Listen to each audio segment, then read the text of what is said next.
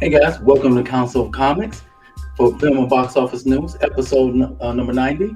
Today, we're going to be talking about the movie Blade. See you in 30.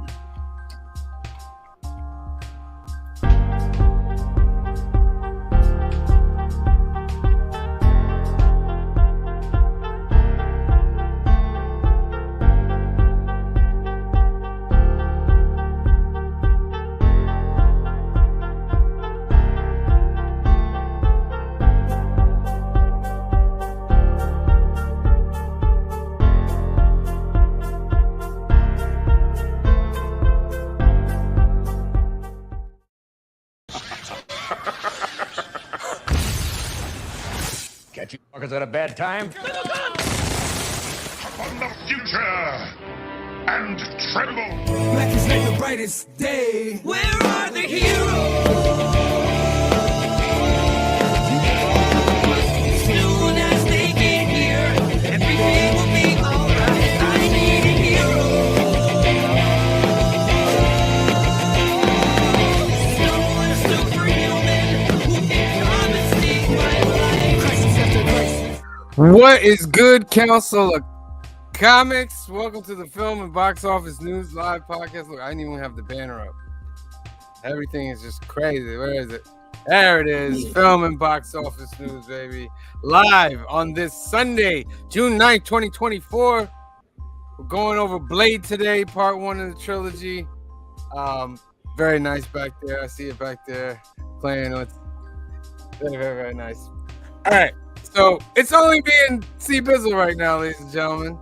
Welcome to the Council of Comics. I always be like this and that, but it's just C Bizzle. Thank you for being here. Just me.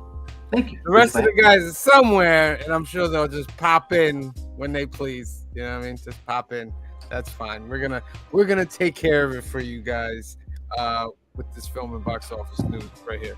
All right. So a couple things. We're going over Blade today. I'm gonna give you a chance to get a duck in our contest today for the best monthly giveaway in the game. So tune in. I'm going to give you the question for that in a bit. But first, let me just get to the shout outs and everything so we can start the show. Boom. No, that's not. Boom. Add to the stage. The Young at Heart Foundation, faith, trust, and belief is his motto. For his great organization by our good friend Mike out in California. They do great things for the kids awaiting medical procedures out there. Two ways you can help this organization. You can, one, go to the website youngatheartfoundation.com and click this button right here to register to become a donor for Donate at Life America. More than 100,000 people are waiting for a life-saving transplant, and you can become a donor today by clicking on that button. Way number two, sponsor a Hope Kit that's 100% tax deductible. He takes all the funds that comes in and he makes these great little gift boxes for these kids that are awaiting these procedures. If you have other ways you want to help with Mike, give him a call at 323-396-9998 or email him at info@youngatheartfoundation.com. All right, the YouTubes, Council of Comics. We're at 858 on our way to 1,000. So please, if you're not subscribed, please hit that subscribe button, like a couple videos. A couple of recent videos put up Joey showing off his Batman cards. It's not all upside down. I had to film it upside down to get a view of the cards. But skits and picks, a shorter version of New Comic Book Day Live is up for you guys that just want the picks and the funnies. There it is right there. And plus, Phil has his X-Men haul up there. We have Council Conversations up there. Tons of stuff up there. So please like and subscribe. See Bizzle, Couching and Slouching. Let them know what you've been doing. Hey, so my channel is mainly an unboxing channel. Books I buy off of certain sites like Facebook, whatnot, and eBay. Come check me out. I got some good stuff on that channel. I'm not really gonna have anything this week because I'm actually going on vacation. But I still will have my hype books for the upcoming weeks on there. So come on and check me out. Excellent. Please make sure you are subscribed to Couch and Slash and See Bizzle, and we're going to work it out so that this show also streams live to his channel. We're going to figure that out this week for all his subscribers out there as well. And of course, Cliff's not here, but we're still going to promote him. Cliff on Comics. Cliff is currently in his cocoon from being in different shows all day, and he has to refresh and become live again. So when he comes out of that cocoon, we will happily bring him on. He's at 744 subscribers. He was on Into the Comiverse. Probably is over there still on there. I'm not sure. But he'll be over here very, very soon. So please like and subscribe. Click on comments. And then, of course, we are part of this great and wonderful Sunday legendary lineup. Comic Church, which is Comic Con Church, was at 10:45 a.m. At 3 p.m. was Into the Comiverse. Great channels right there. Then at 4 p.m. was the Sunday Sort. Us, of course, at 5 p.m. here, the Council of Comics. Coming up at 9. Oh, we got 2 9 p.m. shows. I don't know if that's a typo or not. But Black Crown Comics, great channel right there, doing featuring Cliff NY. Hey, Cliff is everywhere. Oh, where is up, host, baby? It's fine. We'll share. We love to share the love with Cliff. He loves being on channels. Go rock that out. And then at 9 p.m., kicking it with K-pop, the Ace at 9 p.m. Great channel. And at 10 o'clock, we got Trev the Shipping Guru Sunday night live 10 p.m. with Evil's Comics, 9 p.m. Central. Make sure you check them out. All right. So I didn't even have time. I got to do this. No. You guys can't see this. No, you can't see that. So we have a monthly giveaway, which we call the best monthly giveaway in the game. And on Sundays, we like to give you guys a chance to win a duck for that monthly giveaway. The drawings occur on Monday night, 8 p.m., end of the month for New Keys and Hot Comics. We'll give you 3 chances then, and then 3 chances on Wednesday. But I like to give them a chance here to keep that continuity. So, see, Bizzle, do you have a... Well, no. I have the question. I'm sorry. Mm-hmm. The question is, what was the name of the vampire who bit Blade's mother? Was it hashtag Bishop Cold, hashtag Deacon Frost, hashtag Pastor Ice, or hashtag Cardinal Freeze? Please write the answer in the comments. I'm going to put it over here. Hold on. Let me write the answer here so you can't see it. Okay. And now, all right. Now it's starting to collect those comments.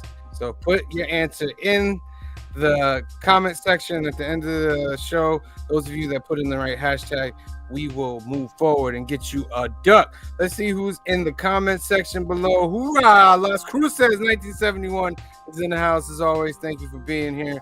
John's Comics with Kids is in the house. Don't burn out, Cliff. This is a lot of time on YouTube, and I just had to remind them it's okay. We just clone his body so we have fresh clips to get us through. That's not a problem at all. Phil's Treehouse is in the house. Thank you for joining us today, sir, this afternoon. Meatwad number 1 is in the house. Good afternoon, gentlemen and gentle ladies.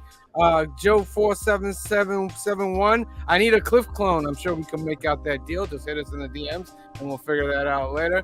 Big L Larry Jackson is in the house. He's what the heck? Yeah, I tell you, something we gotta deal with. Canadian Survivalists, Fantastic Supers, DJ Wise is in the house. Thank you for joining us. Comiverse is in the house. Hello there. How are you doing there? All right. Excellent. Phil Treehouse has got to get that sizzle. I mean. All right. So we got that going. See, Bizzle, were you able to see the Acolyte, or you don't have Disney Plus? I don't have Disney Plus yet. I'm gonna get it after I come back from vacation. Okay, so maybe I'll wait. Wait till the other fellas. You know what? I'm not waiting. I'm not waiting.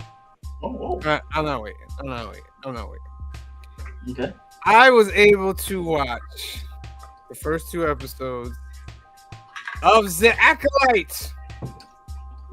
Now, there's a lot of there's a lot of chatter out there on the boxes.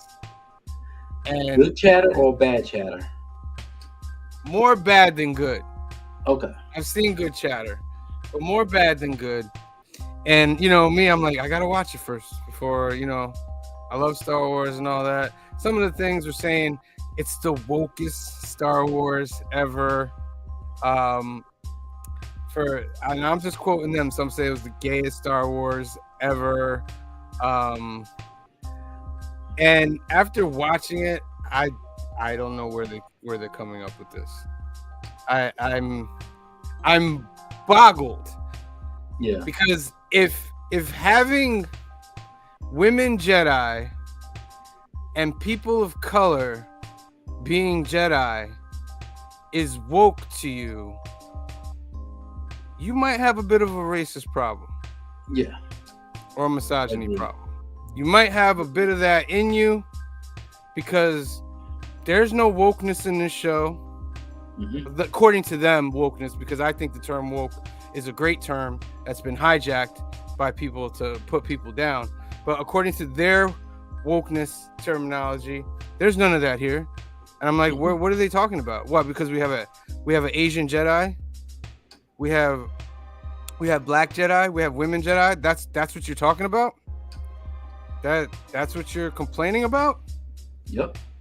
You know what I mean? There's nothing to do with sex in these first two. No, you know what I mean? Nothing at all. So I'm like, yo, this is going the route of DC and Snyderverse.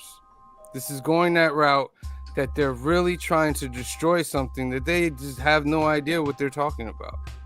I guarantee most of them haven't even watched it yet. Like, this is and I'm gonna admit, the show is not, for the first 2 episodes, it's not the best Star Wars I've seen. It's very slow. The first 2 episodes, there are great fight scenes, great like new stuff, like Jedi back in this era. They're not quick to jump for the lightsaber. You know what I mean? They're more like Matrix, blocking and using people's things against them. Well. If it isn't our good friend Clifford, did you seal up the cocoon? We don't want it spilling around anywhere.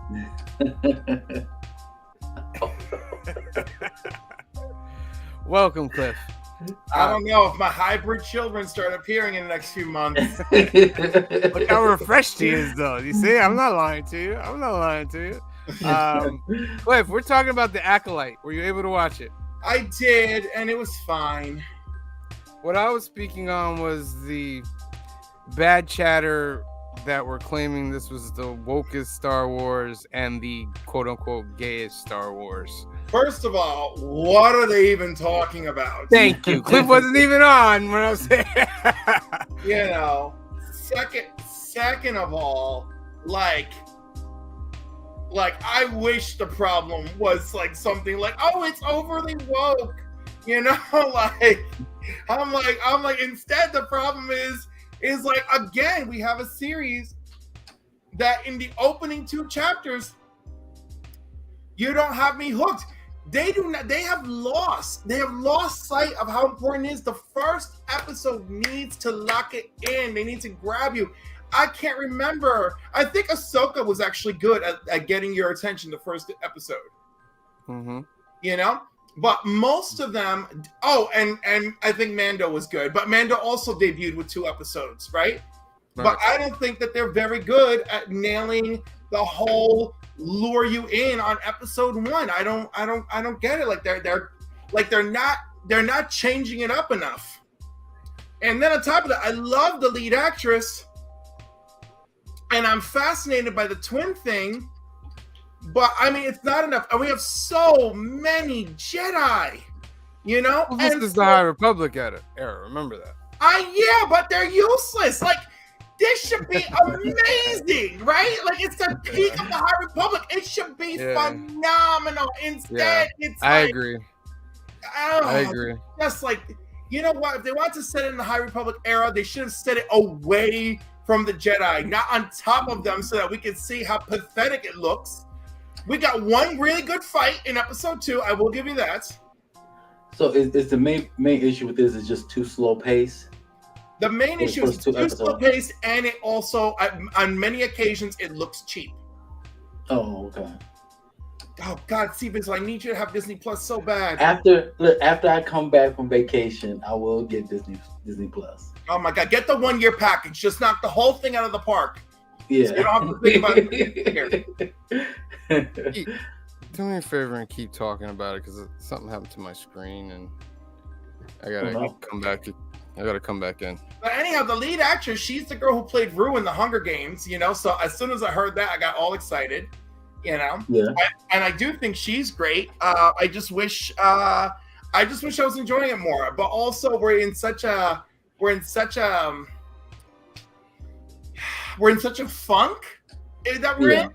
You know, it's like I don't know. Like the fact that we're only getting one Marvel movie this year to me is such like it's like I'm so excited for Deadpool, and I'm so happy that it's like our one release, you know, because like I just feel like, ooh, maybe it's good. Maybe they're finally gonna do something right.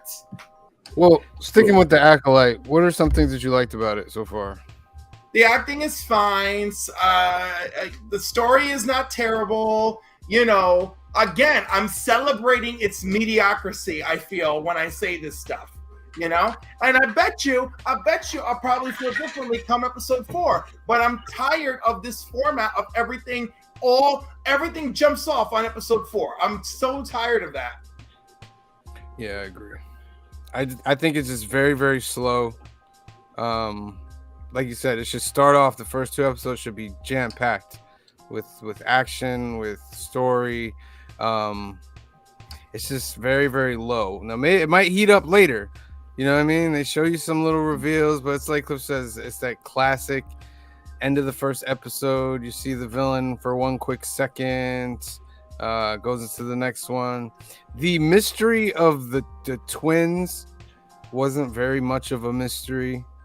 You know what I mean? It was kind of like, and I'm already thinking that I know who the Sith guy is because it just seemed that way.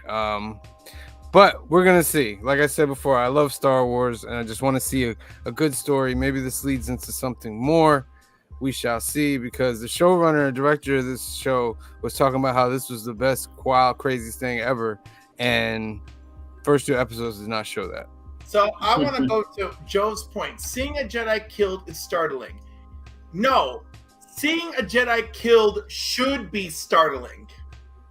Right? Should be. Right, and like that was like, you know, like it wasn't. I was like, okay, like that's kind of what the show's about. Yeah. Scotty, what's up? So I was okay. That's what the show's about. Plus, watching a Jedi die was more startling for me. Watching the original Clone Wars minis from back in the day.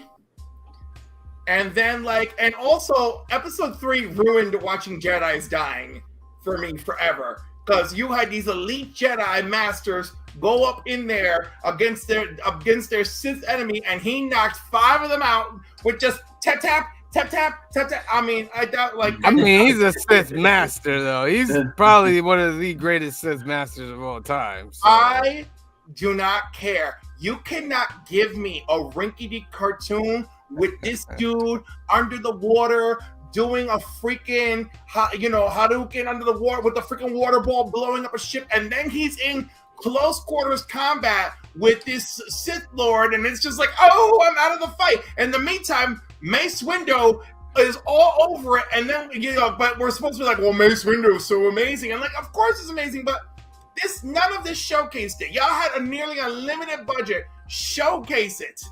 I don't know. Maybe I'm just in too much of a funk. I'm sorry, but I want more. I want a little more from the show. I hope it gets more. To be fair, though, you came into this show going, I'm not gonna like it. I never said that. You kind of were like poo-pooing. I'm done with Star Wars. I don't want any more last week. No, I said we were better off with the original 3 films, and them expanding in general has been a nightmare. That's a little bit different. That was like my magnum opus on Star Wars. Well, that's my point, though. So you were coming in with low expectations. Right. So they would have had completely nostalgia. Terrible. No, this is good. What are you talking about? It's just okay. It's better than the point the we're last. saying. Go ahead. I was just saying, I can't remember what the last one that came out. It's better than the last one. It's better than the one with Thrawn. No, it's not better than Ahsoka yet. No, not yet. I don't agree with that. No way it's better than Ahsoka. Not and yet. Ahsoka had my attention by the balls in just one episode. This one does Ahsoka not had do some it. high moments, but I think this is already more consistent. I know, but I'm also way more bored. Like, we gotta level it off. All right. So yeah, this is the Acolyte. Let's see. Tell me though at the beginning. I don't know if you guys covered this. Did you get the feeling, or were you waiting for Carrie Moss to do the Trinity at the beginning of that first episode? I was waiting for her to do something special other than get wasted. Yeah, I thought it was kind of neat where she was catching things for no reason. You know, she caught the guy, she caught the knives. You know, that was kind of cool. I mean, it was fine. I mean, I just wish we got a little more of her before that. Yeah, but the whole point of her character is to die. It sets everything off. Right, but I would not have hired Carrie Ann Moss to die in episode 1. That's not what I hired Carrie Ann Moss for. Very true.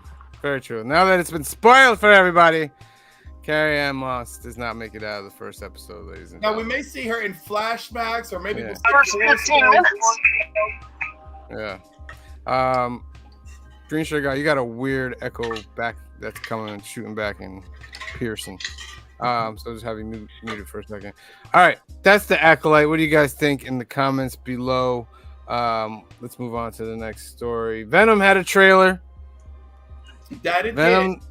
That Venom it did. Last Dance. What do we think? Well, Man. again, I have never Man. been impressed with Sony's work. I'm only Yep. ever there for Tom Hardy. I am not a person who enjoys Venom without Spider-Man. I'm hearing all this talk of Toxin and Null. I'm positive if Null is in this movie, they will absolutely ruin it. There's no way. Yep. They have no track record with me of like not ruining it. Again, I love to be super wrong about all this. I just really don't feel like I will be. I'm not excited about this whatsoever. I'm with Cliff. Venom without Spider-Man is like the Joker without Batman. Yeah. And now I'm hearing rumors that 10-year-old Peter Parker is in this movie and Venom's protecting him from the symbiotes that Toxin God. creates. My God, no. What? I hope not. Let's hope not, man. Let's hope not. And then of course Toxin is responsible for existing because of Null or some crap like that. I don't know. Like whatever.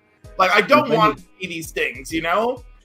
For anybody that's in the chat, for anybody in the chat that brings up there was a Joker movie without Batman, I didn't care for that one either. I don't care what nobody says. Everybody could love it. I just don't care for it. Thank you. It was not a Joker movie. It was a guy who was a jerk who put makeup on at the end. Yep. I agree. He was a guy who had severe mental illness issues, okay? Let's review. All right? But my thing is, on top of that, the movie is fine, but I already went into the movie throwing out a lot of feelings. Like, I will watch Venom 3, but I'm going to watch it with absolute zero expectations and just try to enjoy it for, whatever's there. And of course, Tom Hardy. Just like when I go see Craven, I'm there for Aaron Taylor Johnson. You know what's funny? I'd rather see Craven than Venom. At this point, yeah, I can see that. Yeah. Just for the pure violence of what Craven is going to be about. Craven just is going to be like a regular popcorn movie to me. Nothing but violence and action.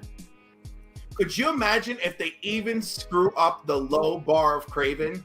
Like, it's like Craven lacked action. Like, they still got this wrong. Venom is they already know, like, they've already announced it, like, oh, this is the last Venom. Like, they know this is it. This is done. Yeah. Hardy might return in Secret Wars as Venom. But this Venom trilogy is just, like you said, there's no Spider-Man, bro.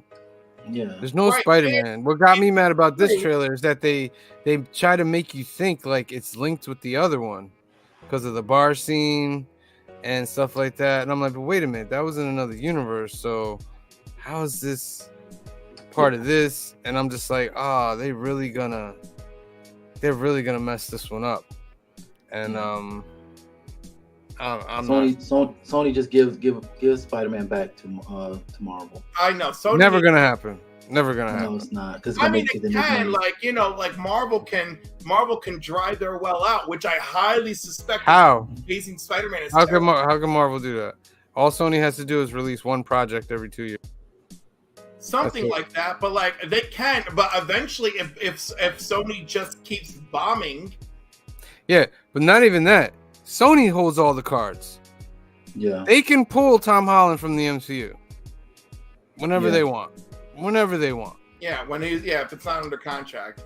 I know they can just go back to making any kind of series of Spider-Man movies they want.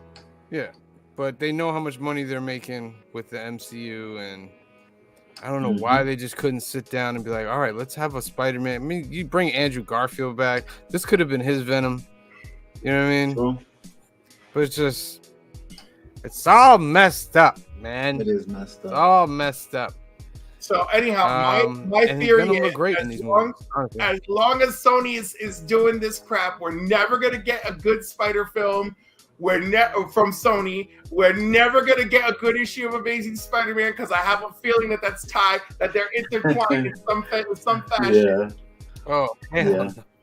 I agree. All right, so that's been on The Last Dance. We also had another trailer, Alien Romulus. Yes, now this actually looked good. This gave me the feels of the original Alien movie. Couple little scenes with the face huggers literally made me turn my head away from the screen. I'm like, oh my god, I can't watch it because they literally show the face hugger like the tendrils going into the guy's mouth. Yeah, I'm used to sexual tension, so I had no trouble watching the scenes.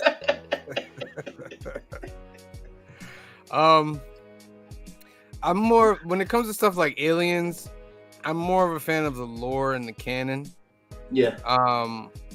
So the fact that like this, it's a different one, but there were other ones that were different ones. I just want things to connect in a certain way. I feel like this is just Alien and Aliens mushed together. I'm okay with that. Kind of, but that's what I mean. Like, sometimes we don't need to rewrite the whole fucking thing to have a good movie. Sometimes let's just have a good movie. So does this movie take place in between 1 and 2? No, I think this takes place before 1. Before 1, okay. Right? Because I think this is like the first ship to encounter aliens. Yeah. Yeah. Is it? Or maybe it does take place between 1 and 2. I think it does take place between 1 and 2. But it's still interesting to me. Yeah. But I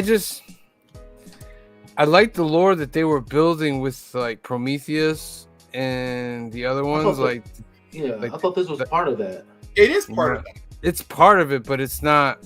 It has nothing to do with David and those beings and stuff. You know what I mean? So it's like they kind of gave up on that. I don't think they gave up on that. I think we're gonna see how these things connect.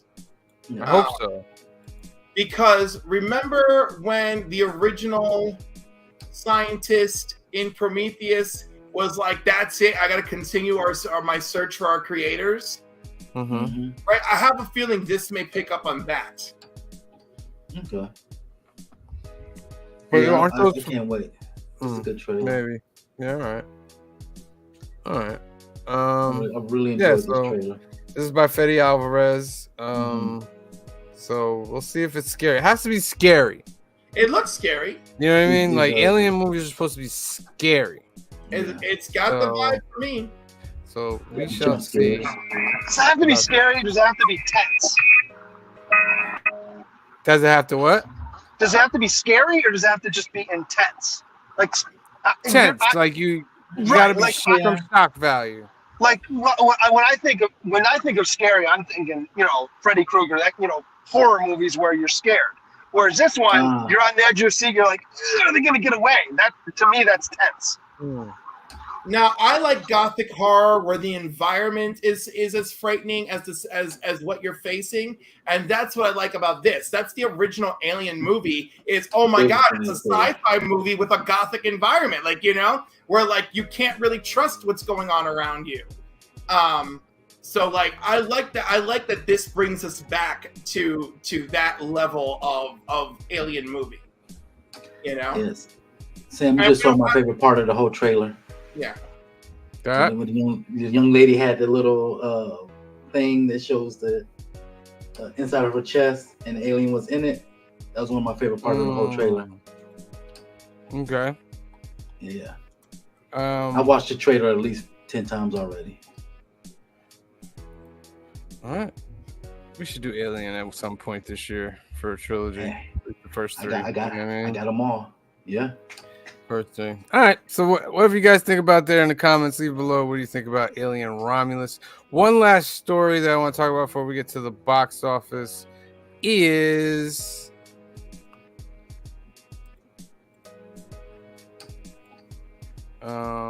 This is intense. Just like Aliens. Oh, okay. everything we know about the new Hunger Games movie. There's a new Hunger Games movie coming out. Sunrise on the Reaping. See, Bizzle, you're not a fan? Nah. Ooh. Nah, not a Hunger Games fan at all. The last Hunger Games was good, man. Nah. See, Green Shirt guy, you got something you want to say about it? Go ahead. I'm with C Bizzle. I don't care. Really? Cliff, I you just gonna don't. stand with me on this?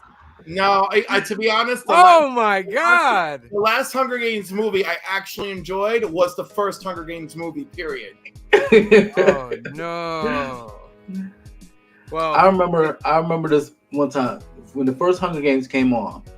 I remember I was over my mother-in-law's house. Okay, this is when I really first started dating my fiance, and they was watching it. I knew was about to happen. They didn't have no idea, right? When they started seeing kids killing the kids, they freaked out. And I'm like, I was sitting in the back laughing my butt off the whole time. But I'm with Cliff. After the first one, I'm like, I'm good. Well, the writer and creator of Hunger Games has been tapped to write another book, and they tapped her for the movie as well at the same time. So the movie is set to come out in 2026. I think the book is set to come out next year. And it's about Haymitch, his Hunger Games, which is about 40 years after this last movie. Because Haymitch's happens in the 50th Hunger Games, and the last movie we saw, they were doing the 10th Hunger Games. Some actors that they wanted to play Snow would be Kiefer Sutherland, Jude Law, and a couple other ones. But they don't expect Viola Davis to come back because it's 40 years after, so her character might not be alive. But we'll see. I'm interested in Haymitch. Haymitch is the Woody Harrelson character from the original three. He went on to be a mentor of in the Hunger Games. So there's that. Yeah, for Katniss. So we shall see about that one right there. All right. It's time for the box office news. Mojo didn't want to give me what I wanted, so I went somewhere else and I got what I wanted.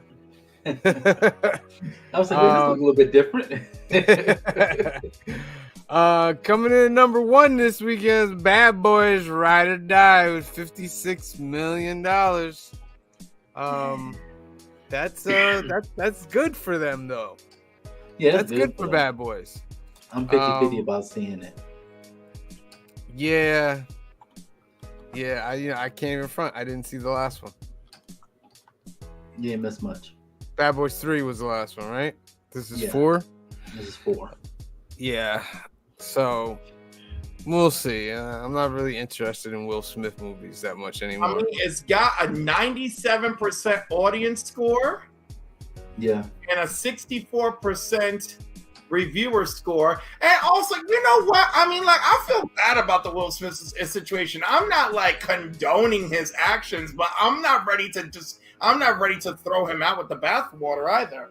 I'm not ready to just throw him out, but I feel like he did some. Let's put it this way. I feel he did something that he has not sincerely come out and apologize for. Well, to his credit, when he was trying to reach out to Chris was done and not reaching back out and not connecting with him. So I'm just gonna. Which he doesn't have to do. He doesn't have to talk to Will Smith. I don't mean an apology just to Chris Rock. I mean an apology to all of us. He did 2 public apologies. He did the initial one, which was kind of shitty for Chris. Then he did the more sincere, bigger one a year later. Or, you know, a year later. Yeah, well, he had to go and work on himself and then talk about working on himself and all of that stuff. Not to mention, he's married to a nightmare, which we then found out they were already separated. So you gotta work on yourself before you apologize for doing something shitty. The second time, yes, because he apologized twice. So what it proves to me is you didn't mean it if it took you a year. No, he did the first one. It just, didn't land well, and then he because it was rigid and cardboard, and he clearly didn't write it himself. So he didn't mean it. He didn't mean it the first time. Waited a year, so now he could tried to get public opinion on his side. Didn't mean it the second time. Whether he meant it or not, I'm just not interested. I just want a good movie from him. That's all. That's all I want too. But again, the audiences who have seen it actually seem to be enjoying it. Yeah. Very true. Okay, number 2, the Garfield movie, 10 million, only dropped 28. Very nice. If comes in with 8 million. The Watchers, 7 million. Kingdom of the Planet of the Apes is still rocking hard with 5.4. Mm-hmm. Furiosa, a Mad Max saga. Mm-hmm. I actually learned today that all the movies are in canon. The same canon. Yes. So Mad Max Fury Road takes place after Mad Max Beyond Thunderdome. And how he got the car back in Fury Road was a comic book story that was told that he actually rebuilt the car he had, the black car he had. That's why he has it in Fury Road in the beginning of the movie. He goes to I wish they would stop doing that. I wish they would stop making a different medium to explain one side. Important stuff, right? Yeah. Like the same thing happened with the Chronicles of Riddick when they had the animated short or movie, whatever, going between 2 movies. Like, I want all in one movie. Yeah, because at first a lot of people thought, including myself, that this was just like another Mad Max reboot, like some other thing, but it's actually in the canon. It's part of the whole thing.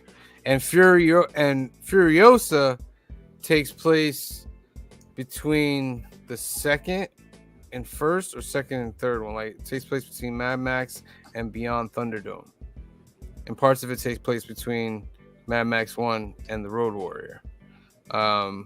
So, and spoiler alert, I guess Mad Max shows up in this movie as a cameo, which now makes me want to watch it because I love little things like that. Which one? Is what's his name now? Mad Max? Who? Tom Hardy? Tom Hardy? Tom Hardy shows up? Okay. Yeah. Well, I don't know if it is Tom Hardy. The only thing I've read is that I'm just saying, if they change actors again, what are we doing? Sure. I'm gonna find out because I don't think they changed it. It might even be a shot of him. You know what I mean? It might be just the car or just a back shot of him or something like that. Yeah. Well, we'll see. The Fall Guy, 2,700,000. Lord of the Rings came back and re-release. Wowzers. They really what they do is every year they have in New York City, they release it and you can go watch it, and instead of the score being played by the theater, they have an orchestra play the score, so you watch it while it's being played live. I need to go there. All right. Excellent. Any questions about the box office? Oh That's wait, the is top Jake? 10. I mixed up Australianers and New Zealanders and all sorts of shit. Jacob Tamuri is Mad Max in Fury Road. Really? And it is him, in Furiosa. So it's the third actor. Wait, No, there's you no got me been two confused. actors.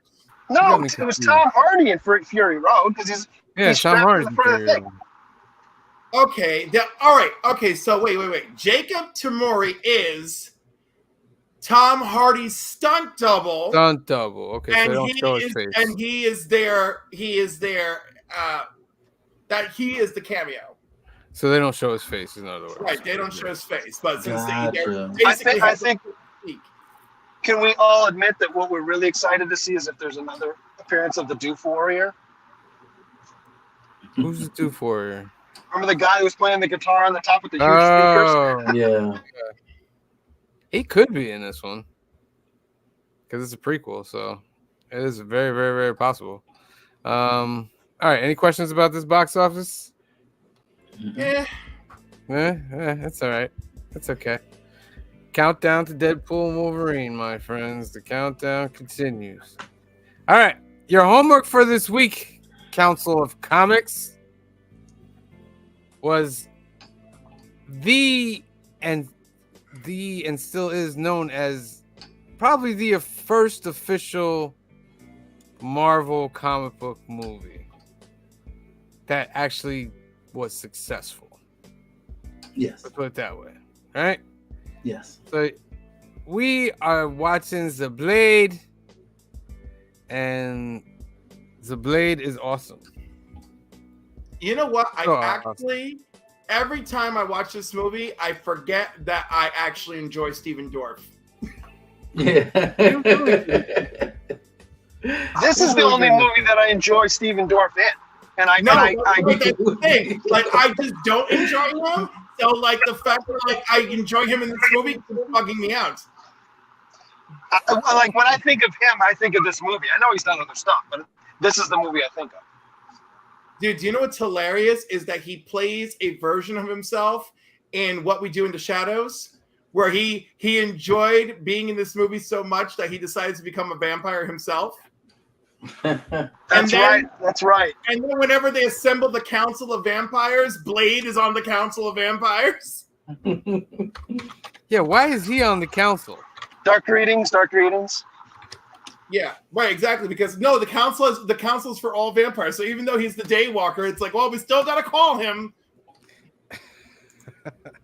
That is Wait, true. what do you mean? Can we talk about? I know we're. Go ahead. I'm sorry. No, go ahead. I was just saying, can we talk about? I know I'm jumping way ahead here, but when he puts on the sunscreen to kill the. Okay, so your skin's not gonna burn. I'll buy that. Did you put sunscreen on your mouth and your eyes? That are Yeah. like, what are we talking Yeah. about here? It's very true. I 'Cause agree. remember when they took the Vampire King guy, when the sun went up, they put visors down to block their eyes from the sun. So when he didn't have it out in the broad daylight, I was like, you could have wore some glasses, bro. You know what I mean? That's all you had to do was put on some glasses. We would have known it was you. Yeah. Wesley Snipes in this movie is amazing. His peak Wesley Oh Snipes my in goodness. In this movie and the sequel, he's peak Wesley Snipes. Oh my god. Yes. Like he is Blade. He's Blade from the comics. He's Yes. Blade. The fact when he shows up at that blood party and he just smiles at him like he's ready to go. Let's handle. He'll walk into a whole party of vampires by himself. I also love himself. in that scene how they very subtly let you know that him and Donald Logue have a history and have been fighting each other for a while. So now he's just torturing him because he can. He's like, I'm tired of cutting you up, man. You know what? Okay. Oh man, I'm like so far ahead in what I want to say. Go ahead. Anyhow, this movie, like Blade has that confrontation at the very end in Moscow. I always felt like they were alluding to Morpheus for some reason. Or I can Dracula. see that. Morbius. Or Dracula. Or Dracula. But I mean, it was Russia, so I felt like it could have been Morpheus. You mean Morbius or Morpheus? Morbius. You know, there is a deleted end credit scene for this movie, or deleted scene from this movie. When they come out of the building and they're on the top of the building, Yeah. at the end, when you see Blade, he's looking in the distance, and then they cut back to them talking. Before that is a shot of Morbius on the top of another building. So look at that. They were trying to do Morbius. Yeah, and he's like, Yeah. "Who's that?" Yo, it's Michael Morbius. This and that. Blah blah blah. He's like, "I have to go after him." And so that I don't know. They cut that part out, but you can find it on YouTube. It's easy to find that little thing. But Morbius was included in the original thing for it. Steven Dorff. Okay, the blood. Okay, this movie, Blade is already, top-notch vampire killing. You know what I mean? He's coming in already. He's got his boy He's Whistler. already known by the vampires. He's known by the vampires, catch and wreck, this and that. Steven Dorff plays a vampire that's not a pure blood. He's someone that was bitten, and he's basically trying to figure out a way to become more powerful than the pure blood. He feels like they're out of touch. You know what I mean? So basically, to piggyback what you're saying, for anybody that want to know what a pure blood is a vampire that was born as a vampire. Yes. How does that work though? Because Just like Blade was. no, Blade was born to a human woman who got bit while she was pregnant with him. Yeah. So he's half and half. So He what this technically guy's was born saying as a is vampire, though. the king guy was born to two vampires. Yeah. Because you're not supposed to age, right? So Well, how didn't he does say something? Well, that's what I thought, but I think Whistler said something like they age slower than us or something like that. Yeah. Yeah. Almost like Wolverine with his healing factor. Yeah. Blade also in this movie is he takes a serum to stop his thirst and hunger for blood, and then now he's starting to take more of it, and it's not really working as good as it does. He rescues a doctor that is bit by the guy that he's always been fighting. So she's bit, and so Blade kind of looks at her and thinks of his mother, because in the beginning, the first shot is his mother coming in the hospital. He's bit by a vampire, and they take Blade out of her, and next thing you know, he's grown up Blade. Now it's your microphone that's sketchy. It's 100% your, yeah. Check. Yeah, What now is it's that? good. Wait a minute. So the scene towards the end where his mom shows back up. No, you gotta have the view, right? She No, you're messing up. Hold on, you're messing up. Yeah. You sound like a robot. Vampire Blade. Go ahead. How about Try again. now? Still a little sketchy. Maybe you're in a bad area. Just wait a second and let it get to a better area. So he basically finds out that they're trying to resurrect the blood god. Blade finds out, and Stephen Frost. Stephen Frost. Stephen, what's his name? Stephen Dorff. Deacon Frost. Character Deacon Frost. Deacon Frost. I know. Yes, I know, but you weren't here for the beginning and the question. That's why you're just saying it like that.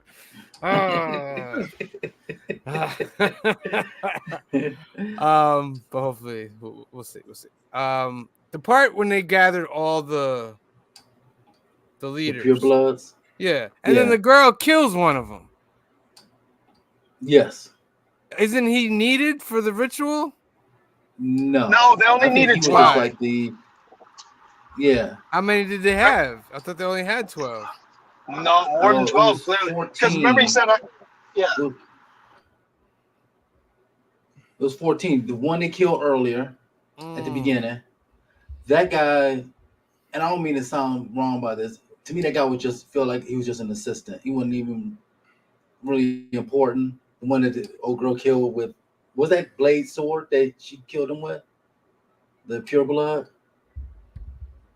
Yeah. I want to say she threw the sword at him, and Yeah. She But killed, also, you know what? Secretaries are an important part of an organization. Them and the treasurer. So just because he was the secretary of the purebloods doesn't make him any less pureblood. I'm not saying he's any less pure blood. I He's mean, just really? less important pure blood. He was Go file this away, sir. because he's the bookworm. You know? Yeah, I agree. Dun, dun, dun. The Do I sound good now? only Can I ask my thing- question now? Oh, yeah, Yeah, you go sound ahead. great now. Go ahead. Okay, so mom shows up, and Wah reveal. Obviously, she was going to show back up at some point, and then she gets like super sexual with him. I'm like, it's your son. Right? I'm like, I Right? get that you're happy to see him, but she's like, you look like she's about to make out with him a couple times. Like, that's your son. Oh, And then he takes her out, whatever, right? And then he remember how now he hasn't had the serum for a while, so he needs to. So the doctor's like, you basically drink me. And then like 30 seconds later, she's fine shooting the gun like she's hasn't been hurt a day in her life. I'm like, wait a minute, didn't you just get drained? yeah. Well, I don't think she got fully drained, but I to me, mean, I think still, she lost a lot. Can he She lost turn a people lot. into vampires? Can Blade turn people into vampires? anybody can. Any vampire can apparently in this one because all you got to do is get bit. But can Blade turn people into vampires? Well, and That's here's a the good thing: she was going to turn into a vampire anyway. Remember, because Wesker tells her it's too late, basically. Oh yeah, But she found a cure the other though. day. Right. Well, she was working on a cure, but she never found one. She does by the end of the movie because Yeah, it's she found offers to it. cure him. And Yeah, why is she it when found it. she draws Blade's blood, it comes out all bubbly? I think that's just a problem. Yeah. I don't think that had anything to do with the movie itself. There was some. I'm gonna say this. This had no indication what my final score gonna be later on. Some of the CGI was pretty bad at the end. Yeah, but you know, 1998. 100%. Yeah. Really, all it was the CGI 1998. Yeah. All the CGI was bad. It just it benefited from the fact that in most scenes where they used it, it was dark. So like you didn't really see it very well. Larry says Blade can turn people. He did on the show. Okay. If you want By to the watch way, the show, it's on Tubi. your brother did enjoy Bad Boys. Oh, Oh, nice. it was pretty good. Okay. Blizzard. Blazade. Like The little first- history. Like, go ahead. The first scene of the movie was probably the most iconic scene in all comic book movies. Yep. Yeah. Yes. That started it right there. Yeah. Yes. And like I said, this came out before X-Men. This came out before Spider-Man. Mm-hmm. Mm-hmm. And this was the first successful comic book movie. But For people Marvel. didn't really know that it was a comic book that much. Well, this is the one where the movie where they say it saved comic book movies Yes, it because is. you're coming off all those Batman movies where they really tailed off and people, Yeah. and the studios are like, we're not touching comic book stuff now. But then Yep. this one did well, and they're like, well, maybe we can rethink that. And they jumped straight to an R. They did an R rating, so Yeah. they were taking a Well, chance with this.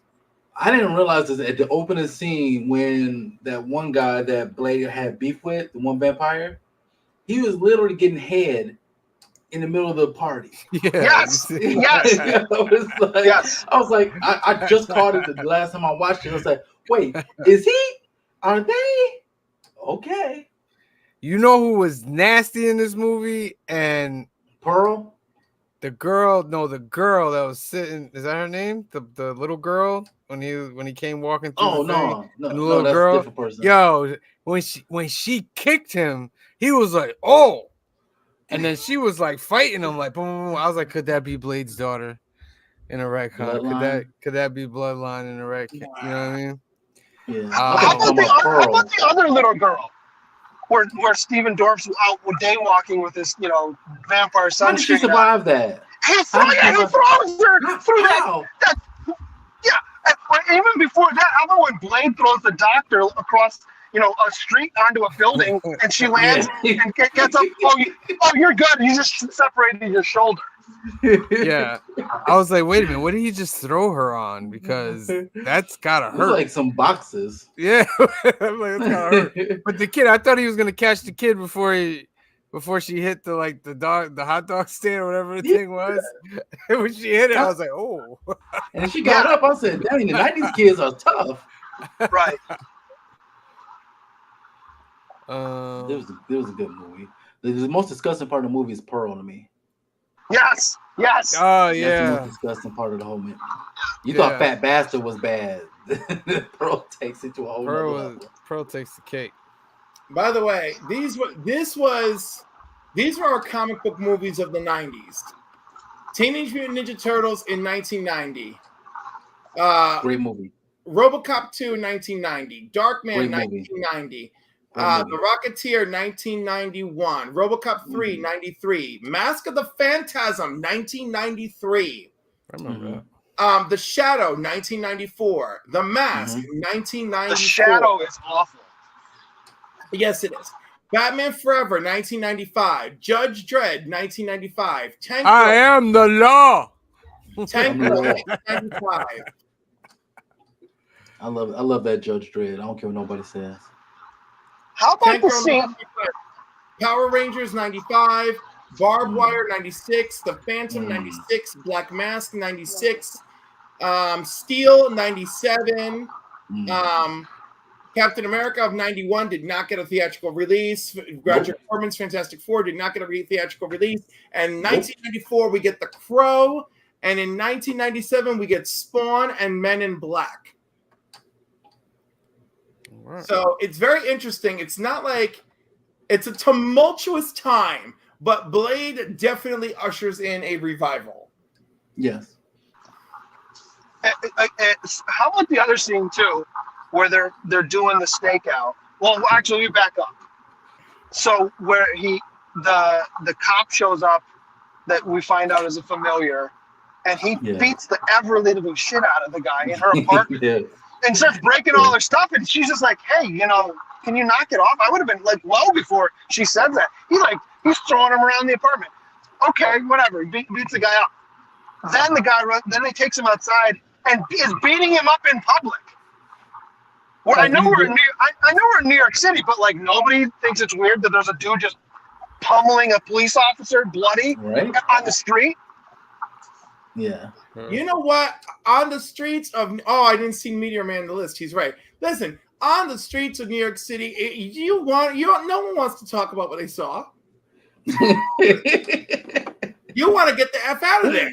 You got your own business to attend to. You also want to live. All right, so let's give our numbers. Green Sugar Guy, we're gonna let you go first. What's your number for Blade? Okay, so one other thing I noticed too that made me laugh. We talk about tropes in movies. How about the part where he gets the car and he goes down the back alley, whatever, and parks, and there's all this newspaper flying by? Yeah. Where's the newspaper coming from? And if you want to tell me it's homeless people don't give up newspaper because they need it. So there's just random newspapers just flying all over. It's fine, whatever. It's a trope. It just made me laugh because I noticed it.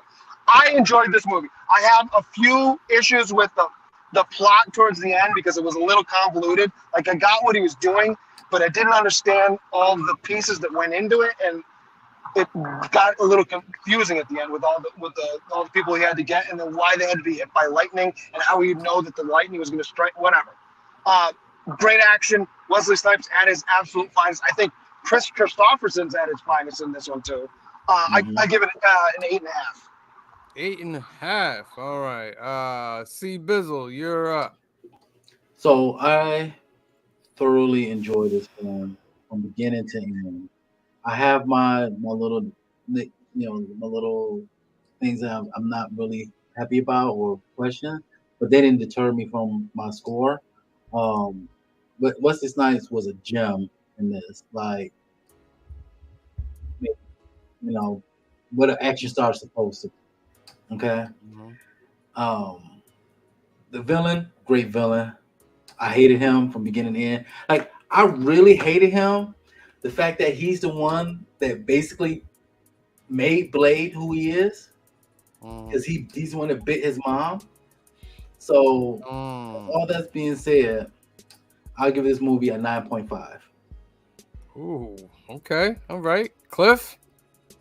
Wow, you went all right. So I'm with Green Shirt Guy. I'm going with 8.5, but for all the reasons that Steve Bizzle gave, you know, it's just some of it does not benefit from a modern perspective. True. All right, True. so you're going 8.5. 8.5. All right. I'm going to give this movie a 9.5 with C. Bizzle. This is possibly one of the greatest things ever to come out of comic book movies. It hit the movie like the way it's supposed to be. It didn't hold back. Wesley Snipes' performance was incredible. The villain was incredible. Just everything about it coming from a point of we were waiting for, because we were coming off of like Batman Forever and Batman and Robin, stuff like that, and this just brought it back. Like, yes, let's do this, let's get it. Probably to me, Wesley Snipes' best performance in a movie. Larry Jackson's giving it a 10. This is a pure 90s film, like pure it's got 90s film. vibes all The over. music was great. Everything was just The great. the average council score is a 9, so that's good. It's great, Yeah. great. And there are rumors that Wesley Snipes will return as Blade in either Deadpool, Wolverine, or Secret Wars for the multiverse saga. And let's hope that happens. At this point, I hope these movies get made. I am exhausted. They will. Just tell him to pay his taxes this time so he can do it. It happened like 10 or 20 years ago already. He's fine. All right, let's draw for the duck, man. All right, what we got here? Let me put this over here. All right, let me put this over here. All right, Deacon Frost was the answer. What was the name of the vampire that bit Blade's mother? We got 8 entries, 13. I'm going to give you 10 seconds. Maybe you can sneak that in there. 10, 9, 8, 7, 6, 5, 4, 3, 2, 1. Go! Round and round it goes. Where it lands, no one on the council knows, ladies and gentlemen, who will win the duck for tonight to be entered into the best monthly contest ever, Comiiverse! Congratulations, my friend. Congratulations, Senor Comiiverse. You are our winner for today. You have received the duck. You are entered into the end of the month contest. Tomorrow night, we have New Keys and Hot Comics of the Week, 8 p.m., 5 p.m. Pacific. We're going over all the new books, all the new keys. We give you 3 chances to win the best monthly giveaway. That's 3 ducks we're going to give away tomorrow. So make sure you tune into that live podcast or live podcast, videocast, whatever you want to call it, at 8 p.m. Eastern, 5 p.m. Pacific. Then on Wednesday, June 12th, 8 p.m., 5 p.m. Pacific, we have New Comic Book Day Live, episode 102. Episode 102, ladies and gentlemen. Last week was really, really fun. And the fun will continue. We also give you 3 chances to win ducks on this show as well. And then be back here next Sunday, live, 5 p.m. Eastern, 2 p.m. Pacific, for Blade 2, episode 91 of the Film and Box Office News Live podcast. All right? That's our show, ladies and gentlemen. Let's go to the comments. Say peace out to everybody that came through. Blade 2 is my favorite quote that I use all the time. I'm not going to see who, homework and see if you can guess what it is. I'll give you a hint. Chris Christopherson says it. All right. Las Cruces 1971 joined us tonight. Thank you for joining us, Las Cruces. John's Comics with Kids came through. Thank you for joining us. Phil's Treehouse was here. Thank you for joining us. Meatwad number 1 was in the house. Thank you for joining us. Joe 47771 was in the house. Thank you for joining us. Big L Larry Jackson was in the house. Thank you for joining us. Canadian Survivalist was here. Thank you for joining us. DJ Wise was in the house. Thank you for joining us. Tommyverse joined us and he got himself a duck. Thank you for joining us. Joshua A. Lawton was in the house. Thank you, Joshua. Oh, he's from what are those guys' names? Oh no, Backyard. Batyard. Yeah. Shout out to Batyard Productions. They got a great YouTube channel. Check out their stuff. Larry, I said Larry already. Who else? Comic Book Addicts is in the house. Thank you for joining us. Kenneth Bird came through tonight. Thank you for joining us. Ken Rollon's in the house. Thank you for joining us. ABX Comics and Games came through. Thank you for joining us tonight. And that's it, ladies and gentlemen. We want to thank everybody for tuning in tonight. Make sure you tune into all the other broadcasts. Next one is tomorrow night at 8 p.m., 5 p.m. Pacific for new keys and hot comics of the week. And so, for myself, for Cliff, for Green Shirt Guy, for Steve Bizzle, for Phil, he's out there chilling, and the rest of the Council of Comics, we love you. Thank you for watching, and we'll see you next time. Peace. Black is like the brightest day. Where are the heroes?